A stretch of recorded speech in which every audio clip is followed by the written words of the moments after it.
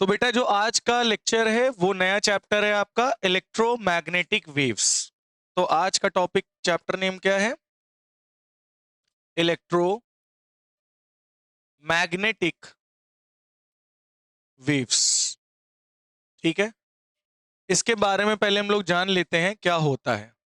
ठीक है, electromagnetic waves देख सकते बेटा, पहले जब इलेक्ट्रोमैग्नेटिक वेव्स के बारे में हम लोग नहीं जानते थे तब उस समय हम लोग का सोचना यह था कि हर वेव अलग अलग है।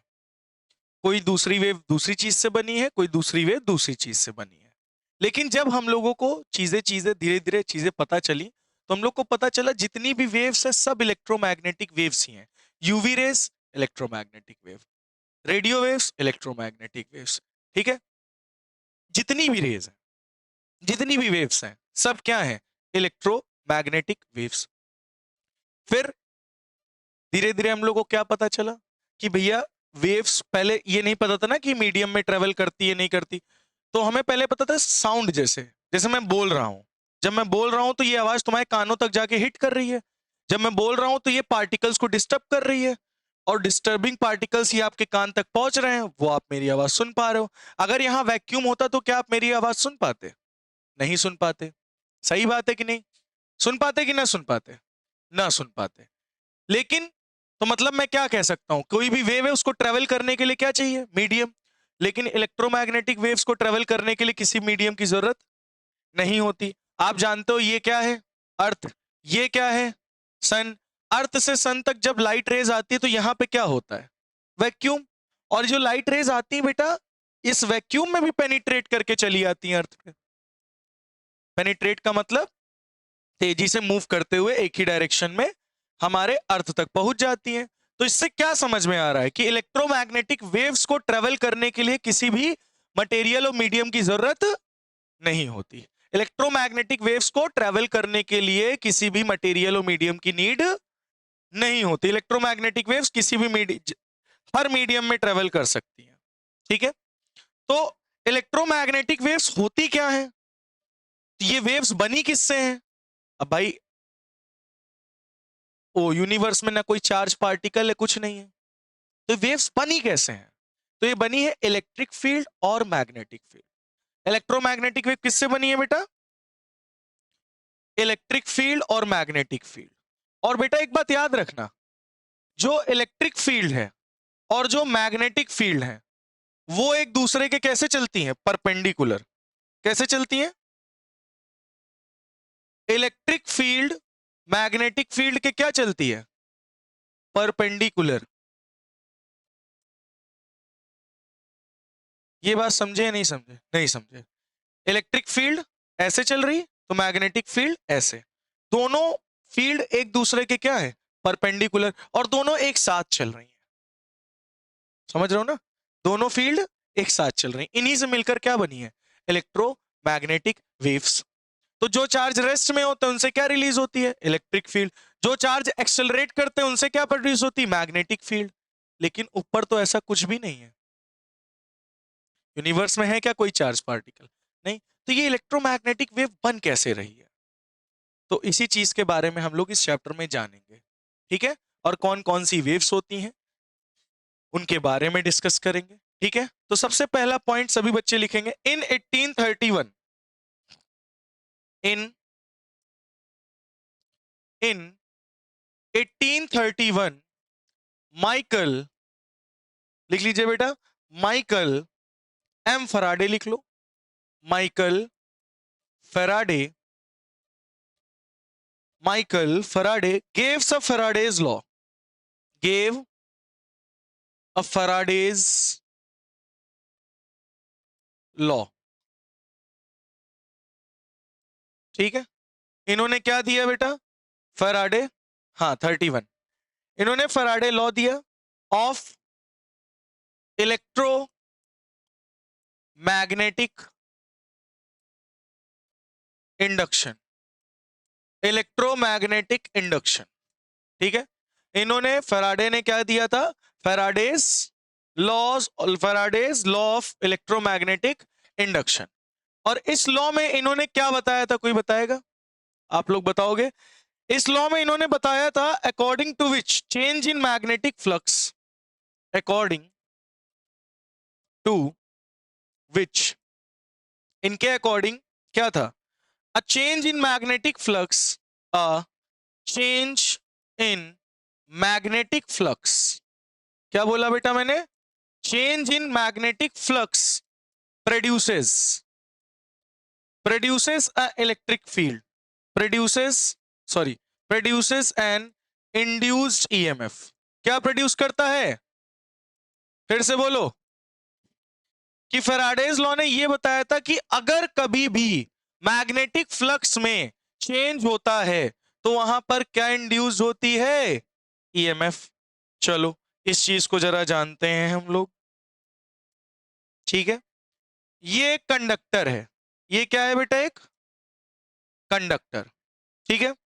इसमें हमने ये अंदर साइड मैग्नेटिक फील्ड बनाई और ये मैग्नेटिक फील्ड इंक्रीज कर रही है, क्या कर रही है, लगातार बढ़ रही है। अगर ये अंदर जाती हुई मैग्नेटिक फील्ड लगातार बढ़ रही है तो फ्लक्स होगा, अगर मैग्नेटिक फील्ड चेंज हो रही है तो फ्लक्स भी चेंज होगा। अगर ये फ्लक्स लगातार चेंज हो रहा है तो इसमें क्या इंड्यूस होगा, ईएमएफ।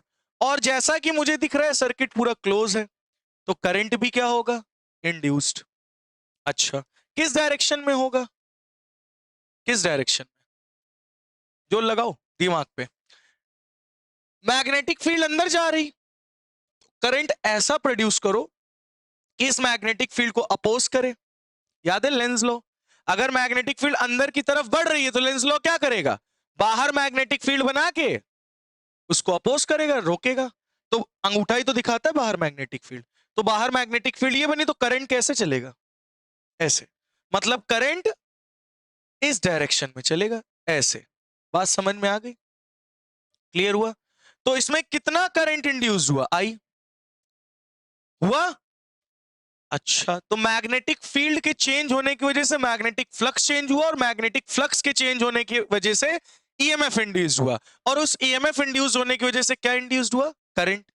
अगर करंट इधर चल रहा है तो इलेक्ट्रॉन इधर चल रहे होंगे, इलेक्ट्रॉन्स के अपोजिट ही तो करंट फ्लो करता है ना।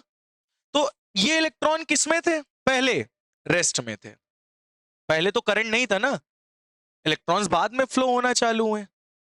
अच्छा ये इलेक्ट्रॉन अगर पहले रेस्ट में था, ये इलेक्ट्रॉन पहले किसमें था, पहले रेस्ट में था, तो मैग्नेटिक फील्ड ने इसको आगे बढ़ाया, मोशन में लाया, नहीं, क्योंकि मैग्नेटिक फील्ड रेस्ट चार्ज पे लगती ही नहीं है, नहीं लगती ना रेस्ट चार्ज पे, तो ये मोशन में कैसे आया, इसको कौन मोशन में लाया, इसको कौन इन्फ्लुएंस किया, इलेक्ट्रिक फील्ड।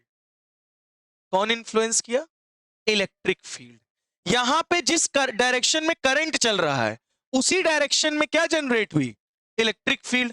और ये इलेक्ट्रिक फील्ड इंफ्लुएंस कर रही है इलेक्ट्रॉन को, जिसकी वजह से इलेक्ट्रॉन रेस्ट से किस में आ गया, मोशन में। और जैसे ही इलेक्ट्रॉन मोशन करके हुए इधर आएगा तो करंट किधर फ्लो होगा, इधर। अब बात समझ में आई। तो तुमने क्या देखा, चेंज इन मैग्नेटिक फील्ड हो रहा है, उसकी वजह से मैग्नेटिक फ्लक्स चेंज हो रहा है और क्या प्रोड्यूस हो रहा है, इलेक्ट्रिक फील्ड। क्या प्रोड्यूस हो रहा है, मतलब मैग्नेटिक फील्ड के चेंज होने से इलेक्ट्रिक फील्ड का प्रोडक्शन हो रहा है। अगर मैग्नेटिक फील्ड चेंज होगी तो क्या बनेगी, इलेक्ट्रिक फील्ड। बात समझ में आई। तो दूसरा पॉइंट इन्होंने ये बोला, changing magnetic field, changing magnetic field produces, क्या प्रोड्यूस करती है, इलेक्ट्रिक फील्ड। बोलो ये बात कितने बच्चों को समझ में आई। चेंजिंग मैग्नेटिक फील्ड क्या प्रोड्यूस करती है, इलेक्ट्रिक फील्ड। जरा देख लो तुमने क्या पढ़ा था, मैग्नेटिक फ्लक्स का फॉर्मूला जल्दी से बताओ। चेंज फैराडेज लॉ में क्या पढ़ा था, E is equal to minus d phi upon d T, पढ़ा था कि नहीं पढ़ा था। इस E को क्या हम लोग E डॉट डी एल नहीं लिख सकते, is equal to d phi by D t minus, बोलो भाई E क्या है, इलेक्ट्रिक फील्ड, dl क्या है, लेंथ, तो V इज इक्वल, E क्या है, पोटेंशियल ही तो है, ईएमएफ पोटेंशियल। तुमने ये वाला फॉर्मूला पढ़ा है, V is equal to E dl। नहीं पढ़ा? E is equal to V by d l. E dot d l को तुम क्या लिख सकते हो, तुम ये बताओ। ईएमएफ लिख सकते हो कि नहीं लिख सकते हो, ये बताओ। ई डॉट डी एल क्या होता है? ई ही तो होता है, तुमने इसी को तो ये बना के लिखा है। तो जो ये है ना वो यही चीज है सेम, इसी चीज को हम क्या बोल रहे हैं, ईएमएफ। समझे? तो मतलब इलेक्ट्रिक फील्ड तो प्रोड्यूस, अगर फ्लक्स में चेंज होगा तो इलेक्ट्रिक फील्ड प्रोड्यूस होगी। बोलो समझ में आई बात? क्या इतनी बात क्लियर हुआ? ये नहीं, मैंने क्या बोला, हम लोग अभी फैराडे लॉ क्या पढ़ रहे थे, rate of change of magnetic flux is directly proportional to induced EMF, यही था ना। और ये इंड्यूस्ड ईएमएफ एक्चुअल में क्या था, E dot DL. Induced EMF actual में क्या था, E dot DL. Potential, potential ही तो है, V is equal to E dot DL. V is equal to E D T, पढ़ा है कि नहीं पढ़ा, potential gradient. V is equal to E by D T. Electric field जितना change होगी पोटेंशियल ग्रेडियंट उतना, मतलब पोटेंशियल चेंज होगा। तो ई डॉट डीएल को ही तो ई लिखते थे हम लोग वहां, इसको नहीं लिखते थे। तो इससे क्या समझ में आया, अगर मैग्नेटिक फील्ड में चेंज होगा तो मैग्नेटिक फ्लक्स में चेंज होगा, और जितनी ज्यादा मैग्नेटिक फील्ड चेंज होगी उतना ज्यादा क्या प्रोड्यूस करेगी, इलेक्ट्रिक फील्ड। तो changing magnetic field produces an electric field. बोलो समझ में आया, क्लियर हुआ? अच्छा, एक पॉइंट जरा हम और लिखते हैं, जरा ध्यान से सुनिएगा। So a changing electric field produces magnetic field, question mark, बताओ। So a changing magnetic field produces an electric field. So changing, sorry, क्या सही तो है? क्या बोल रहा है, मैग्नेटिक फील्ड में चेंज हुआ तो क्या प्रोड्यूस हुई? ये बात समझ में आई कि नहीं?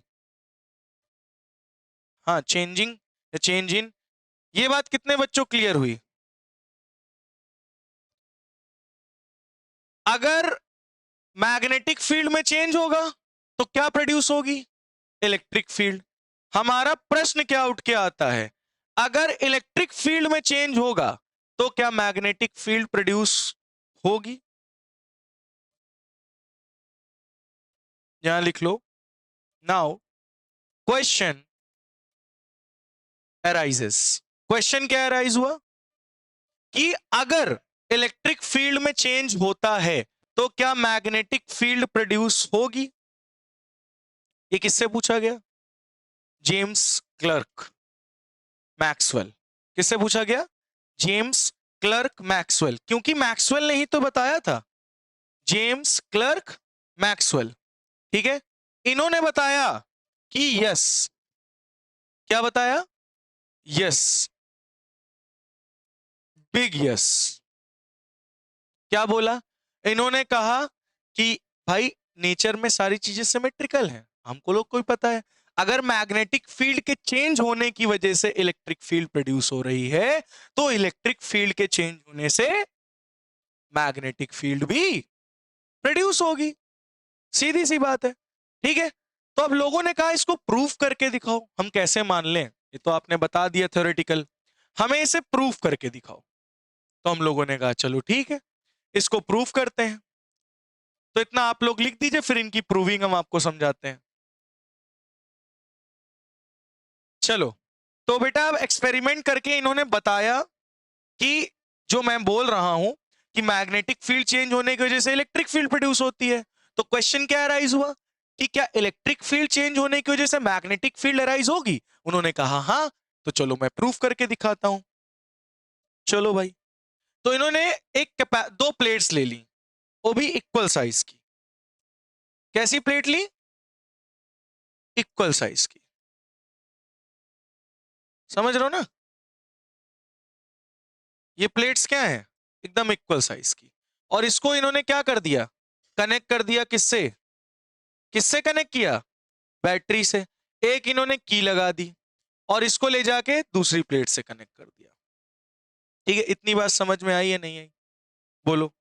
अच्छा, इन्होंने क्या किया, इस स्विच को जैसे ही क्लोज किया, जैसे ही क्लोज किया, तो क्लोज करेंगे तो ये नेगेटिव चार्ज है, ये पॉजिटिवली टर्मिनल है, ये नेगेटिव टर्मिनल है, ये पॉजिटिव टर्मिनल है।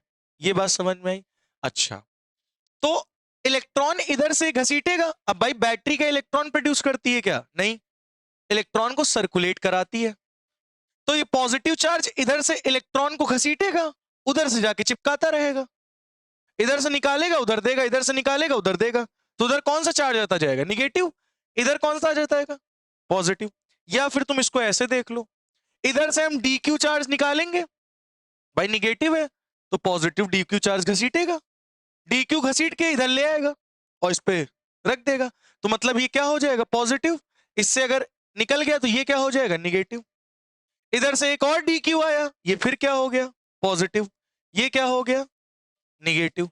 अब ये प्लेट कैसी हो गई? Positively charge. ये प्लेट कैसी हो गई? Negatively charge. इतनी बात समझ में आई? पक्का? अच्छा, हम यहां पे एक पॉइंट ले लेते हैं X। क्या पॉइंट ले लेते हैं? X point. और मैं कह रहा हूं जो X पॉइंट है, इस पॉइंट पर हमें मैग्नेटिक फील्ड निकालनी है। तो कैसे निकालने बताओ मैग्नेटिक फील्ड? X पॉइंट पर क्या यूज किया जाए? सबसे इजी लॉ कौन सा मैंने बताया था, याद करो, आसानी से निकल आती है मैग्नेटिक फील्ड, एम्पियर्स सर्कुटल लॉ। तो X पॉइंट पर हम क्या यूज करेंगे? Ampere circuital law, ACL rule, है ना? तो एम्पियर सर्कुटल लॉ क्या कहता है? जो भी पॉइंट हो उसके इर्द गिर्द एक वो बना लो, इमेजिनरी सर्कल टाइप का, है ना, सिमेट्रिकल होना चाहिए, है ना? तो बताओ एम्पियर सर्कुटल लॉ क्या था? एम्पियर सर्कुटल लॉ था integration of close loop B dot DL is equal to mu naught times of I। याद आया या नहीं? क्या था?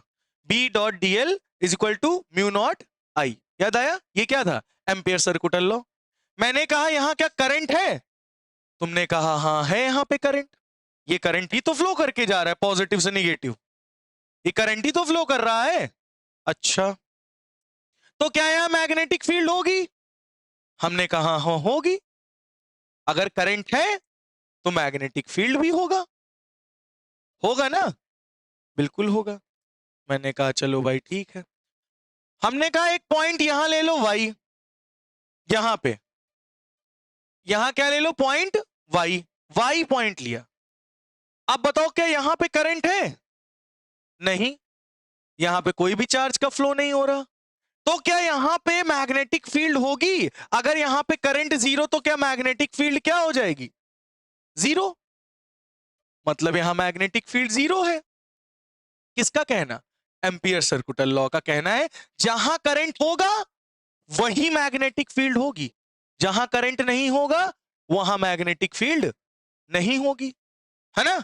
यही कहना है भाई, मैग्नेटिक फील्ड करंट के ही तो यही तो रिलेशन इन्होंने दिया था कि करंट होगा तभी मैग्नेटिक फील्ड। यहां करंट है, मैग्नेटिक फील्ड है। यहां पे करंट है, नहीं, तो मैग्नेटिक फील्ड होगी? नहीं होगी। अच्छा, तो इन्होंने क्या किया, जेम्स क्लर्क ने? इन्होंने यहां पे एक कंपास लेके गए, और जैसे ही कंपास लेके गए तो वो कंपास की निडल डिफ्लेक्ट कर गई। अब यहां तो करंट है ही नहीं, तो डिफ्लेक्शन कैसे हुआ? यहां तो करंट है ही नहीं तो डिफ्लेक्शन कैसे हुआ, ये पूछा जा रहा है। क्या पूछा जा रहा है भाई? इन्होंने कहा Y पॉइंट अगर हम लें तो Y पॉइंट पे करंट क्या है? जीरो। तो ओवरऑल मैग्नेटिक फील्ड क्या होगी? जीरो। ऐसा एम्पियर्स का कहना था। लेकिन जो आपके मैक्सवेल थे, उन्होंने क्या किया? कंपास यहां रख दिया इन प्लेट्स के बीच में, और उन्होंने क्या देखा कि निडल डिफ्लेक्ट कर रही है। अब उन्होंने कहा यहां तो यार कोई भी करंट नहीं बह रहा है, तो फिर मैग्नेटिक फील्ड कहां से आई? डिफ्लेक्शन क्यों हो रहा है? तब उन्होंने बताया कि ये जो मैग्नेटिक फील्ड जनरेट हुई है वो किसकी वजह से? Due to change in electric field. अच्छा ये बताओ, ये पॉजिटिव, ये पॉजिटिव, ये पॉजिटिव, ठीक है? तो देखो इस पे धीरे धीरे पॉजिटिव चार्ज बढ़ रहा है, इस पे धीरे धीरे निगेटिव चार्ज बढ़ रहा है। तो ये क्या हो रहा है? इलेक्ट्रिक फील्ड जनरेट हुई या नहीं हुई? पॉजिटिव से निगेटिव की तरफ क्या जनरेट होती है? और जैसे जैसे चार्ज इधर डिपॉजिट होता जाएगा ये नेगेटिवली चार्ज होता जाएगा, ये पॉजिटिवली चार्ज होता जाएगा। तो यहां पे इलेक्ट्रिक फील्ड धीरे धीरे क्या होती जाएगी? बढ़ती जाएगी। भाई एक और पॉजिटिव, एक और निगेटिव, एक इलेक्ट्रिक फील्ड और आ गई, एक और पॉजिटिव, एक और निगेटिव, एक और इलेक्ट्रिक फील्ड आ गई। जैसे जैसे चार्ज का डिपोजिशन बढ़ेगा, इधर निगेटिव चार्ज, इधर पॉजिटिव चार्ज, इलेक्ट्रिक फील्ड लगातार क्या हो रही, बढ़ रही। अब इलेक्ट्रिक फील्ड अगर लगातार बढ़ रही, यहां पे इलेक्ट्रिक फील्ड लगातार क्या हो रही है, इंक्रीज, मतलब इलेक्ट्रिक फील्ड में क्या हो रहा है, change. Due to change in electric field यहां क्या प्रोड्यूस हो रही है, मैग्नेटिक फील्ड। मतलब यहां पर मैग्नेटिक फील्ड जीरो नहीं होगी। तो मैक्सवेल ने एम्पियर सर्कुटल लॉ को गलत ठहरा दिया। गलत हो गया एम्पियर सर्कुटल लॉ यहां पे। उनका कहना क्या था, उनका कहना था जहां करंट होगा वहीं मैग्नेटिक फील्ड होगी। इन्होंने क्या दिखा दिया, करंट तो नहीं है ना वाई पॉइंट पे, करंट दिख रहा है नहीं, लेकिन हाँ मैग्नेटिक इलेक्ट्रिक फील्ड में क्या हो रहा है, चेंज। देख सकते हो इलेक्ट्रिक फील्ड लगातार बढ़ती चली जा रही, इधर से चार्ज इधर आएगा, इधर डिपॉजिट होता जाएगा, कैपेसिटर चार्ज हो रहा है ना धीरे धीरे।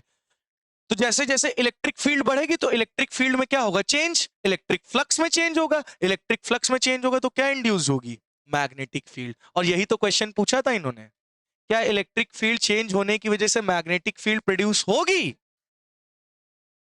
क्या changing in electric field produces a magnetic field, yes. और ये चीज इन्होंने प्रूफ कर दिया। कैसे प्रूफ किया, इन्होंने कहा वाई पॉइंट पे कोई भी करंट नहीं है, आपका कहना है करंट जहां होता है वही मैग्नेटिक फील्ड होती है, यहां पे तो कोई करंट नहीं दिख रहा, आपके अकॉर्डिंग मैग्नेटिक फील्ड जीरो है। मैंने कहा ठीक है, मैं यहां कंपास रखता हूं, कंपास रखा, निडल डिफ्लेक्ट कर गई। अब कहा कि ये कैसे हुआ, निडल डिफ्लेक्ट कैसे करी, इसको समझाओ तो। अब तो इन्होंने कहा ये बताओ इधर कौन सा चार्ज है, पॉजिटिव, इधर कौन से चार्जेस हैं, नेगेटिव, इलेक्ट्रिक फील्ड किधर से किधर बहेगी, पॉजिटिव से निगेटिव। अब पॉजिटिव चार्ज लगातार बढ़ रहा है, निगेटिव चार्ज भी बढ़े तो इलेक्ट्रिक फील्ड भी बढ़ेगी। Due to change in electric field produces a magnetic field, इसीलिए कंपास क्या कर रहा है, प्रूफ कर दिया। आया समझ में, क्लियर हुआ। तो इलेक्ट्रिक फील्ड चेंज होने की वजह से मैग्नेटिक फील्ड प्रोड्यूस हो सकती है, जैसे मैग्नेटिक फील्ड के चेंज होने से इलेक्ट्रिक फील्ड बनी थी, वैसे इलेक्ट्रिक फील्ड के चेंज होने से मैग्नेटिक फील्ड भी बन सकती है। तो इस चीज को इन्होंने बता दिया और एम्पियर सर्कुटल लॉ को इन्होंने गलत ठहरा दिया कि भैया ये गलत है। आपका वैलिड है लेकिन हमारा भी वैलिड है, आपका ये लॉ हमारे लिए वैलिड नहीं है। इलेक्ट्रिक फील्ड चेंज करके भी हम मैग्नेटिक फील्ड बना सकते हैं, मैग्नेटिक फील्ड चेंज करके इलेक्ट्रिक फील्ड बना सकते हैं। बोलो बात समझ में आई, क्लियर हो गया। तो ये था आपका कौन सा, ये पैरेलल प्लेट कैपेसिटर था, चार्जिंग की कंडीशन में दिखा रहा था, और इसमें मैंने शो कर दिया कि मैग्नेटिक फील्ड जहां करंट नहीं है वहां भी मैग्नेटिक फील्ड है, क्यों, due to change in electric field. बोलो समझ में, नोट कर लो। चलिए समझ में आ गया, इन्होंने ये चीज प्रूफ कर दिया और इनको गलत ठहरा दिया एम्पियर सर्कुटल लॉ को, ठीक है। अब यहीं पे मैक्सवेल के दिमाग में आया idea of displacement current, idea of displacement current, यहीं से एक आइडिया इजाद हुआ डिस्प्लेसमेंट करंट का। कौन से करंट, सोचो करंट डिस्प्लेसमेंट है, ठीक है। तो मैक्सवेल लिखिए, Maxwell said that Maxwell said that not only current produces, not only current, not only current produces, not only current produces magnetic field, but a changing electric field, a changing electric field, but a changing electric field produces, but a changing electric field in vacuum and free space. कौन सा space बेटा, and slash free space also produces magnetic field, also produces magnetic field. तो बेटा इन Maxwell का ये कहना निकला कि केवल और केवल करंट ही नहीं, करंट के चेंज होने से मैग्नेटिक फील्ड नहीं बनती, तुम फ्री स्पेस में, फ्री स्पेस मतलब समझ रहे हो, वैक्यूम में इलेक्ट्रिक फील्ड चेंज करो मैग्नेटिक फील्ड बन जाएगी। नहीं समझे, due to change in electric field in vacuum, not require any medium. Due to change in electric field it produces a magnetic field. Clear हुआ? बोलो क्लियर हुआ? तो डिस्प्लेसमेंट करंट यही होता है, क्या होता है? Changing electric field produces a magnetic field. Changing electric field यानी electric flux, change in electric flux. तो मैक्सवेल ने यही बताया कि भैया केवल करंट ही नहीं प्रोड्यूस करता मैग्नेटिक फील्ड, बल्कि लेकिन इलेक्ट्रिक फील्ड भी अगर चेंज हो रही है वैक्यूम या फ्री स्पेस में, तो वो भी क्या करेगा? Produce magnetic field. ठीक है, क्लियर हुआ? तो I इज इक्वल टू आई सी, ये है डिस्प्लेसमेंट करंट, ये कंडक्शन करंट है। कौन सा करंट है? Conduction current. कंडक्शन करंट मतलब जो करंट कंडक्ट हो रहा है। ठीक है, तो कंडक्शन करंट क्या होगा? I is equal to d q by D t. जितना चार्ज फ्लो होगा पर यूनिट टाइम में उसे क्या बोलोगे? Conduction current. तो अगर ओवरऑल मैं आपसे कहूं कि जैसे एक ये प्लेट है, एक ये प्लेट है, ध्यान से सुनना, दो प्लेट्स आपके पास लगी हुई हैं, इधर से क्या आ रहा है? Current I. इस पे कौन से चार्जेस है? पॉजिटिव। इस पे कौन से चार्जेस है? नेगेटिव। इलेक्ट्रिक फील्ड इधर से इधर फ्लो करेगी या नहीं करेगी? और लगातार चार्जेस बढ़ते जाएंगे, इलेक्ट्रिक फील्ड बढ़ती जाएगी। Due to change in electric field, electric field में लगातार क्या होंगे? चेंजेस। और इलेक्ट्रिक फील्ड में चेंज होगा तो यहां बीच में क्या प्रोड्यूस हो जाएगी? Magnetic field. कौन सी फील्ड? Magnetic field. अब तुम खुद बताओ, इलेक्ट्रिक फील्ड की वजह से यहां कौन सा करंट प्रोड्यूस होगा? I D, displacement current. तुम खुद ही सोचो, इलेक्ट्रिक फील्ड इधर से इधर जा रही है और करंट किधर से किधर फ्लो होता है? पॉजिटिव से निगेटिव। मतलब ये जो करंट जा रहा होगा बीच में, कौन सा करंट होगा? Displacement current. मतलब मैं कह सकता हूं डिस्प्लेसमेंट करंट क्या होता है? बोलो, डिस्प्लेसमेंट करंट क्या होता है? अगर आपसे कोई पूछे तो क्या बताओगे? चेंज इन इलेक्ट्रिक फील्ड, या फिर लिख सकते हो इलेक्ट्रिक फ्लक्स। इलेक्ट्रिक फ्लक्स में जब भी चेंज होगा तो क्या जनरेट होगा? Displacement current. क्या जनरेट होगा? Displacement current. और वो डिस्प्लेसमेंट करंट, देखो ये तो नॉर्मल करंट हो गया, डिस्प्लेसमेंट करंट क्या होता है बोलो? तो I D is equal to लिख लो epsilon naught D phi E by D T. ठीक है, D phi E by D T. मतलब जितना ज्यादा इलेक्ट्रिक फ्लक्स में चेंज होगा उतना ज्यादा डिस्प्लेसमेंट करंट प्रोड्यूस होगा। डिस्प्लेसमेंट करंट उतना ज्यादा इंड्यूस होगा जितना change in electric flux. Change in electric flux जितना ज्यादा, डिस्प्लेसमेंट करंट उतना ज्यादा। चेंज इन इलेक्ट्रिक फ्लक्स जितना कम, डिस्प्लेसमेंट करंट उतना कम। बोलो समझ में आ गया?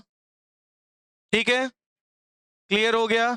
तो डिस्प्लेसमेंट करंट क्या है? Current due to changing in electric field, electric flux. Displacement current अगर आपसे कोई पूछे तो क्या बताओगे? डिस्प्लेसमेंट करंट किसकी वजह से प्रोड्यूस होता है? Due to change in electric field और इलेक्ट्रिक फ्लक्स। इलेक्ट्रिक फील्ड या इलेक्ट्रिक फ्लक्स में चेंज होने की वजह से कौन सा करंट प्रोड्यूस होता है? Displacement current. कौन सा करंट? बोलो यहां तक कितने बच्चों को बात समझ में आ गई है?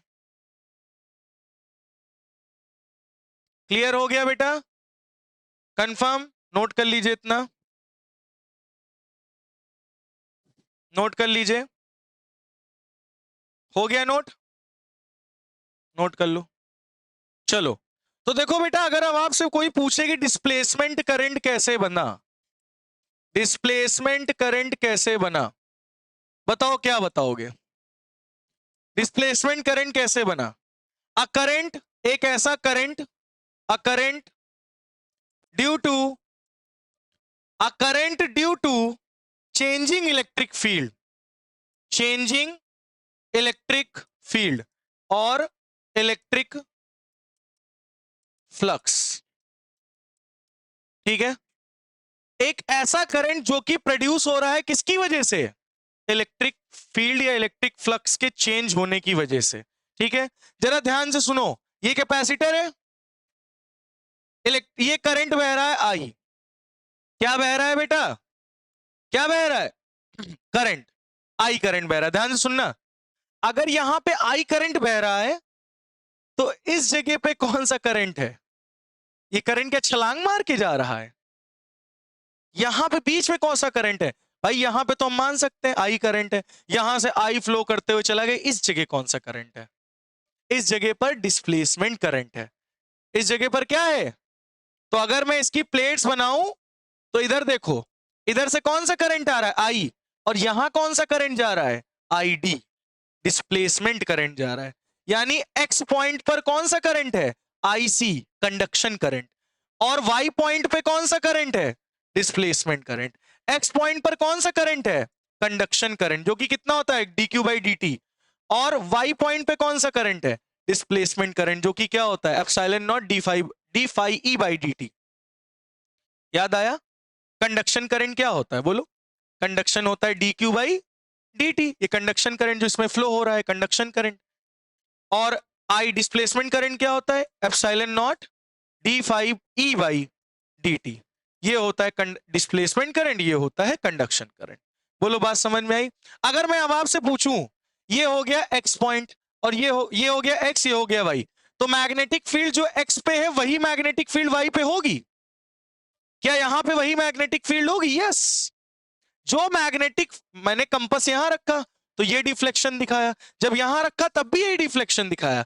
मतलब जितनी मैग्नेटिक फील्ड एक्स पे बन रही थी उतनी ही मैग्नेटिक फील्ड वाई पे भी बन रही है। Due to change in electric field it produces a magnetic field. यहां फिर करंट भी होगा, और ये कौन सा करंट होगा, डिस्प्लेसमेंट करंट। यही करंट तो यहां से यहां जा रहा है, इसी को क्या बोलोगे भी, वैक्यूम में सोचो, हवे में। समझ में आई बात, इसको क्या बोलोगे, डिस्प्लेसमेंट करंट। क्लियर हो गया, समझ में आ गया या नहीं। ये चीज आई एक्सपेरिमेंट के द्वारा, किसके द्वारा, कि मैग्नेटिक फील्ड एक्स पॉइंट पे मैग्नेटिक फील्ड वाई पॉइंट पे बराबर होगी, मतलब कंडक्शन करंट डिस्प्लेसमेंट करंट के क्या होगा, कंडक्शन करंट और डिस्प्लेसमेंट करंट भी फिर तो बराबर होगा, क्योंकि जितना इलेक्ट्रिक फ्लक्स में चेंज होगा उतना ही करंट प्रोड्यूस होगा और उतनी ही मैग्नेटिक फील्ड भी प्रोड्यूस होगी। तो इतना नोट कर लीजिए, इसके आगे हम लोग कल बढ़ेंगे। प्रूविंग देख लो, एक क्वेश्चन है, लिखिए prove that the conduction current, prove that the conduction current, prove that the conduction current and displacement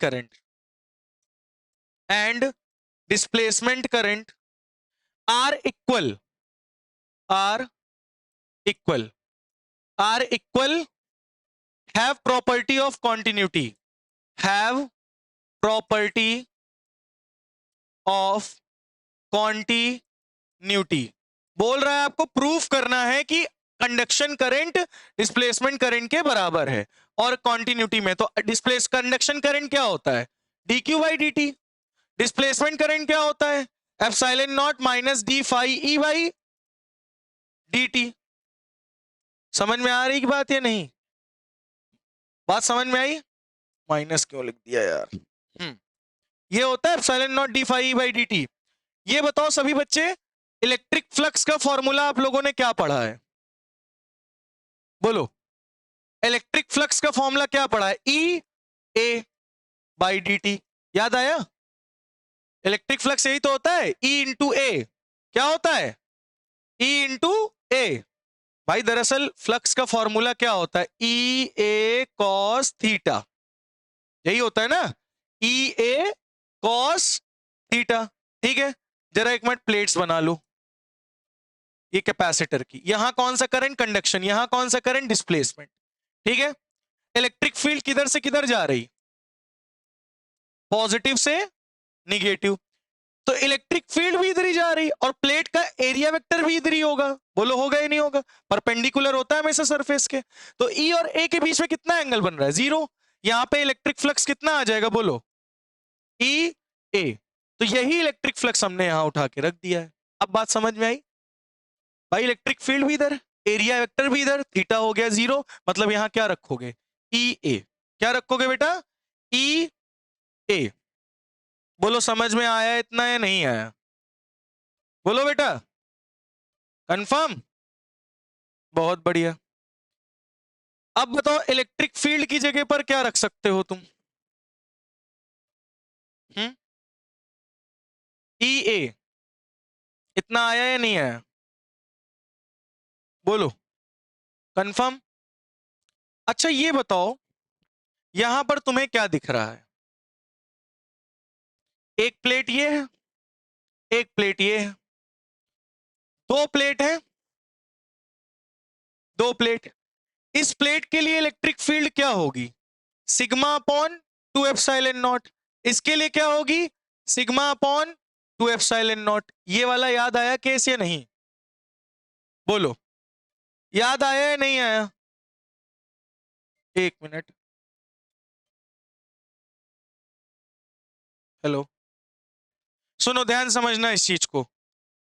मैं क्या कह रहा हूं, इस प्लेट के लिए इलेक्ट्रिक फील्ड क्या होगी? Sigma upon 2 epsilon naught. याद आ रहा है पुराना फॉर्मूला? बेटा इलेक्ट्रोमैग्नेटिक वेव एक ऐसा चैप्टर है जो कि आपकी पूरी फिजिक्स की फर्स्ट बुक के इलेक्ट्रिक फील्ड, मैग्नेटिक फील्ड सबको मिक्स कर दे रहा है। यहाँ पे सब मिक्सअप चैप्टर है ये पूरा। अभी तक जितना पढ़ा है सबका मिक्स यहां मिलेगा तुम्हें, देख रहे होगे। एक प्लेट, दूसरी प्लेट, इस प्लेट पे क्या होगी? E is equal to sigma upon 2 epsilon naught. इस पे भी क्या होगी? Sigma upon 2 epsilon. तो दोनों के बीच में नेट इलेक्ट्रिक फील्ड क्या होगी? E is equal to sigma upon epsilon naught. याद आया? Sigma upon 2 epsilon naught plus sigma upon 2 epsilon naught कितना आ जाएगा? Sigma upon epsilon naught. आधा आधा क्या हो जाएगा? एक। बोलो बात समझ में आई है नहीं आई? अच्छा, सिग्मा को क्या लिख सकते हो? Charge per unit area. याद आया? सिग्मा इज इक्वल टू क्या होता है? Charge per unit area. ये याद आया या नहीं आया? तो चार्ज इज इक्वल टू क्या हो जाएगा? एक मिनट, तो सिग्मा इज इक्वल टू क्या है? क्यू बाई ए। तो यहां रख दो Q by A epsilon not. ये आ गई नेट इलेक्ट्रिक फील्ड, यहां पुट कर दो। तो क्या लिखोगे? एप्सिलॉन नॉट डी क्या आया? Q upon epsilon not a, और ये ए अपॉन में डी टी। बोलो समझ में आया? ए से ए क्या हो गया? एप्सिलॉन नॉट से एप्सिलॉन नॉट क्या हो गया? बताओ। डी क्यू बचा ऊपर, नीचे डी टी बचा। यही तो था तुम्हारा कंडक्शन करंट, यही था ना कंडक्शन करंट। तो यही तो बोला गया, इसमें प्रूफ करके दिखाओ कि कंडक्शन करंट ही डिस्प्लेसमेंट करंट के बराबर है। तो मैंने क्या किया, by d phi E by D t है। फाई ई को क्या लिख सकते हैं? E A cos theta. Electric field भी इधर, एरिया वेक्टर भी इधर, थीटा जीरो रखा, ई आया, रख दिया। मैंने देखा दो प्लेट्स हैं, चार्ज चार्ज डिस्ट्रीब्यूट है, तो ई इज इक्वल टू, इसकी इलेक्ट्रिक फील्ड क्या होगी? Sigma upon 2 epsilon not. इसकी क्या होगी? Sigma upon 2 epsilon not. दोनों जोड़ दो, नेट इलेक्ट्रिक फील्ड क्या आएगी? सिग्मा अपॉन, ये अंदर कितनी इलेक्ट्रिक फील्ड है? Sigma upon epsilon not. Sigma क्या होता है? Charge per unit area, surface charge density. याद आया? तो यहां रख दो चार्ज पर यूनिट एरिया, और उसकी वैल्यू ई की वैल्यू यहां रख दो। ए से ए, सिग्मा से सिग्मा, वो एप्सिलॉन नॉट से एप्सिलॉन नॉट कैंसिल। क्या आ गया? D q by D T. तो यानी आपको दिख गया कि displacement current, displacement current conduction current के क्या है? ये कौन सा करंट निकला है? ये कौन सा करंट निकला है? डिस्प्लेसमेंट। और ये किसके बराबर है? कंडक्शन करंट के। बोलो समझ में आ गया इतना? अगर आ गया तो इतना नोट कर लीजिए, आगे हम लोग कल मिलेंगे।